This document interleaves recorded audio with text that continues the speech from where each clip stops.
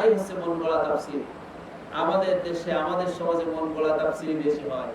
কি বলেন?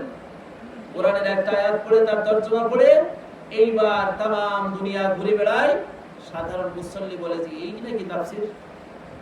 কিন্তু আমি কোরআনের তাফসীর করার জন্য কোরআনের আয়াত খুঁজি যে এই আয়াতের ব্যাখ্যায় আল্লাহ অন্য জায়গায় কি বলেছেন, বিশ্বনবী সাল্লাল্লাহু আলাইহি ওয়াসাল্লাম কি বলেছেন, সাহাবীরা কি বলেছেন, আমি সেগুলো আনার চেষ্টা করি। এরপরে জগৎ বিখ্যাত মুফাসসিরগণ এই আয়াতের ব্যাখ্যায় কি বলেছেন আমি সেগুলো ফলো করার চেষ্টা করি। নিজের থেকে মন গড়া কোনো তাফসীর করার চেষ্টা করি না।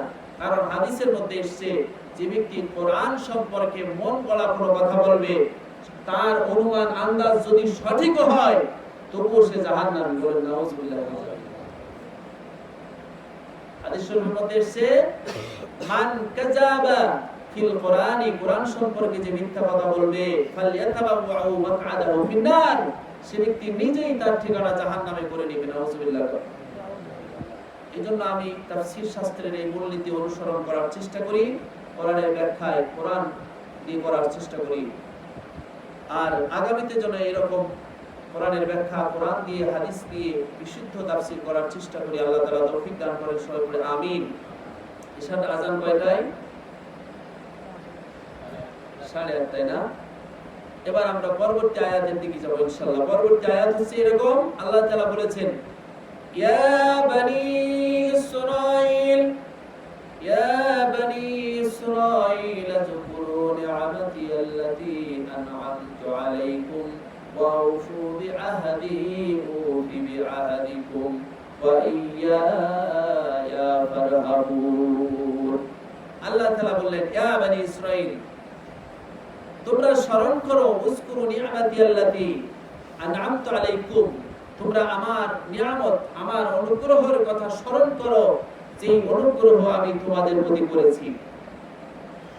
ওয়াউফু বিআহদি, এবং আমার সাথে তোমাদের যে ওয়াদা যে চুক্তি সেগুলো তোমরা পূর্ণ করো।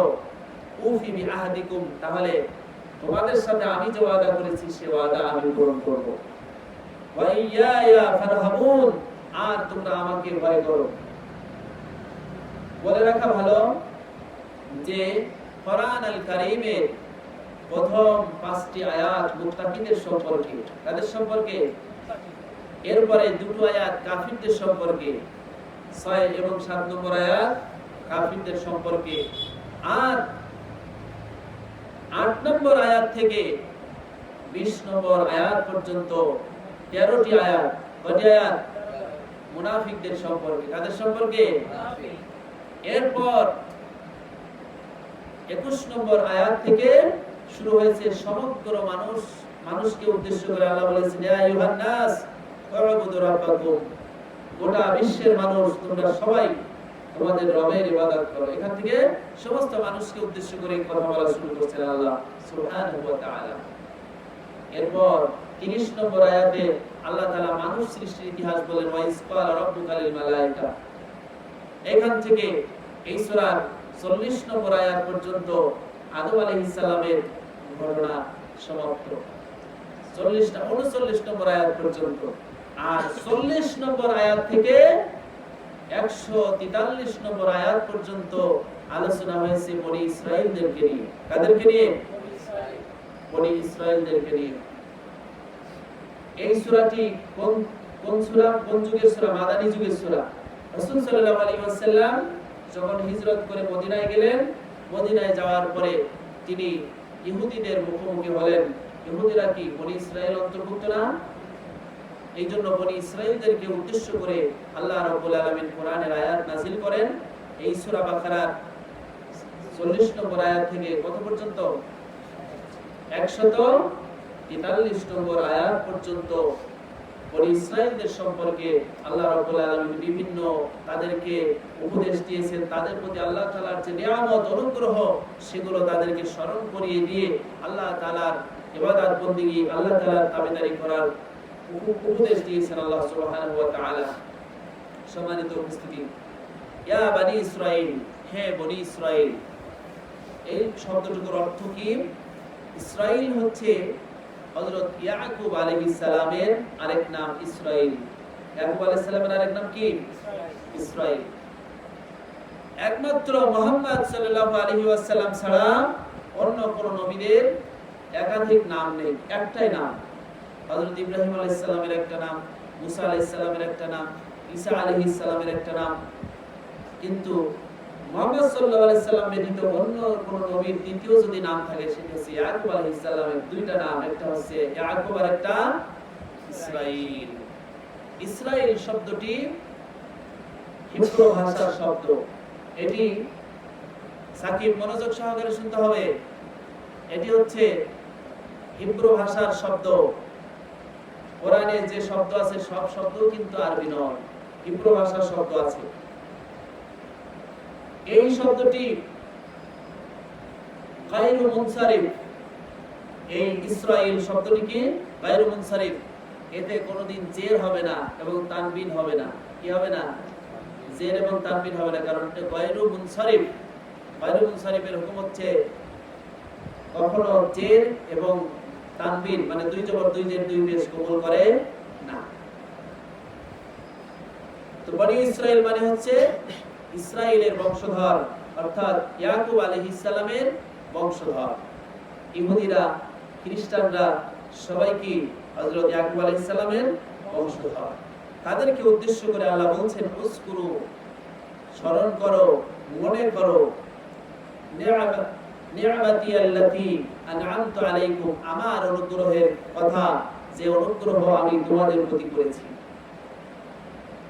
এখন জানার বিষয় হচ্ছে যে আল্লাহ তাআলা বনি ইসরাঈলদের প্রতি কি অনুগ্রহ করেছিলেন। আল্লাহ তাআলা বনি ইসরাঈলদের প্রতি অনেক অনুগ্রহ করেছিলেন। শুধু কোরআন থেকে যদি আমরা তার উদ্ধৃতি দেই অনেক সময়ের প্রয়োজন হবে। আমি কয়েকটি অনুগ্রহের কথা কোরআন থেকে বলার চেষ্টা করছি ইনশাআল্লাহ। বনি ইসরাঈলদেরকে আল্লাহ রাব্বুল আলামিন রাজত্ব দিয়েছিলেন এবং তাদের মধ্যে নবুয়তের একটা বিরাট অংশ তাদের মধ্যে দান করেছিলেন। বনি ইসরাঈলদের মধ্যে 4000 পয়গম্বর, হযরত ইব্রাহিম আলাইহিস সালাম থেকে মুহাম্মদ সাল্লাল্লাহু আলাইহি ওয়াসাল্লাম পর্যন্ত 4000 আম্বিয়া আলাইহিস সালাম পাঠিয়েছেন আল্লাহ তাআলা বনি ইসরাঈলদের মধ্যে। এবং তারা মুহাম্মদ সাল্লাল্লাহু আলাইহি সাল্লামের আগমন পর্যন্ত পৃথিবীতে রাজত্ব করেছেন। সকল যুগেই প্রায় হযরত ইউসুফ আলাইহিস সালাম থেকে তাদের রাজত্ব শুরু। ইউসুফ আলাইহিস সালাম মিশরে গেলেন, রাষ্ট্রীয় দায়িত্ব পেলেন, ওইখান থেকে ম্যাক্সিমাম সময় তারা পৃথিবীর রাজত্ব করেছে। এইজন্য আল্লাহ রাব্বুল আলামিন কোরআনে বলছেন, সূরা মাইদার 20 নম্বর আয়াত, যেখানে মুসা আলাইহিস সালাম বলতেছেন, আল্লাহ পাক বলেন, ওয়াইজ ক্বালা মুসা লিকওমিহি ইয়া কওমি যকুরু নি'মাতাল্লাহি আলাইকুম ইয জাআলা ফীকুম আমবিয়া ওয়া জাআলাকুম মুলুকা ওয়া আতাকুম মা লাম ইউতি আহাদাম মিনাল আলামিন। আল্লাহ বলেন, মুসা আলাইহিস সালাম তার জাতিকে সম্বোধন করে বললেন, হে আমার জাতি, তোমরা তোমাদের প্রতি আল্লাহর অনুগ্রহের কথা স্মরণ করো। ইজ্জাআলা ফীকুম আম্বিয়া, যখন তিনি তোমাদের মধ্যে নবী রাসূল পাঠিয়েছেন, ওয়া জাআলাকুম মুলুকান, আর তোমাদেরকে রাজা বাদশা বানিয়েছেন, ওয়া আতাকুম মা লাম ইউতি আহাদাম মিনাল আলামিন, আর এমন নিয়ামত তিনি তোমাদের দিয়েছেন যা পৃথিবীতে আর কাউকে দেয় না। বনি ইসরাঈলদেরকে আল্লাহ তাআলা এত নিয়ামত দিয়েছেন যে নিয়ামত পৃথিবীর অন্য কাউকে দেওয়া হয়নি। সামনে আসবে সেই আলোচনা ইনশাআল্লাহ।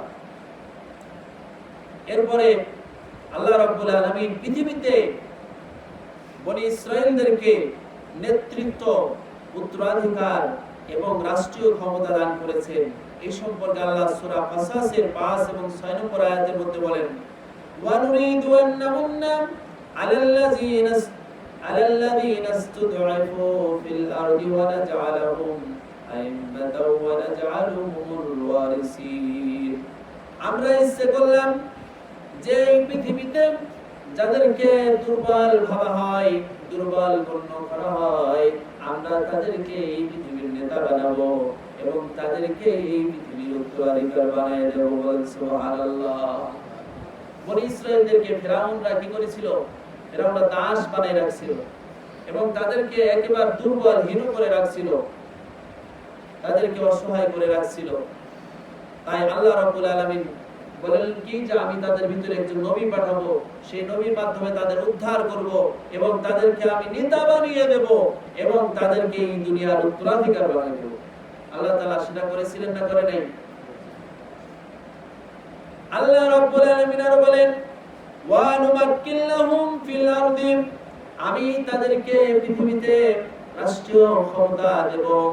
ওয়া নুরিয়া ফিরআউনা ওয়া হামানা ওয়া জুনুদাহুমা মিনহুম মা কানু ইয়াহজারুন। আর হামান ফিরাউন হামান এবং তার সৈন্য বাহিনী যা সুরক্ষা করে আমি সেটা তাদেরকে দেখিয়ে দিব। ফিরাউন হামান এবং তার দেশের সেনাবাহিনী আশঙ্কা করত যে এই মূসা আলাইহিস সালাম